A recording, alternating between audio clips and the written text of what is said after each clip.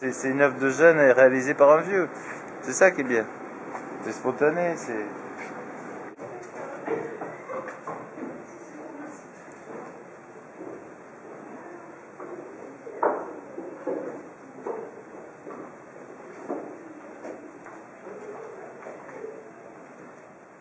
La peinture d'Yvon Taillandier est inclassable.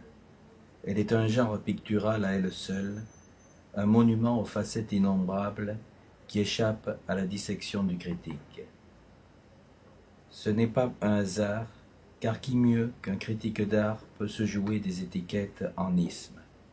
Yvon Taillandier, en effet, a travaillé 15 ans comme critique d'art dans les magazines Connaissance des Arts et XXe siècle.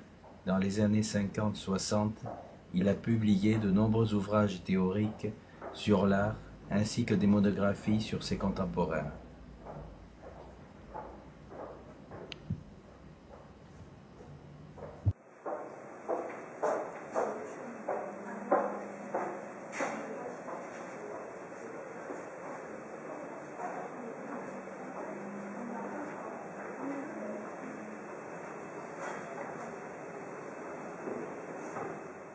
Aujourd'hui, c'est la visite des élèves du lycée du Rhuys au Centre d'art contemporain Raymond Farbos de Mont-de-Marsan.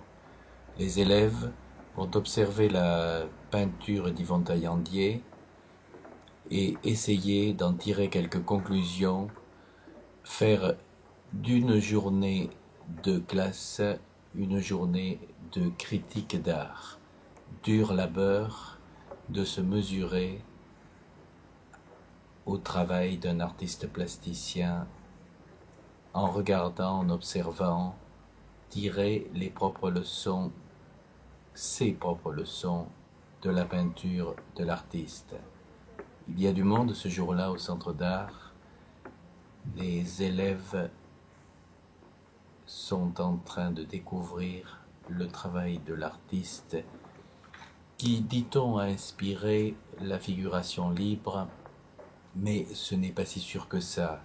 Yvon Taillandier a travaillé en sniper, seul dans son atelier.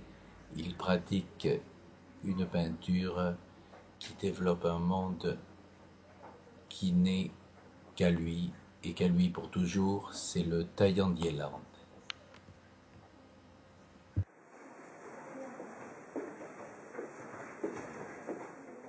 Le Taillandierland, c'est cet univers étrange qui peut faire penser à celui d'une civilisation, mais qui est en fait uniquement né de l'imaginaire de l'artiste.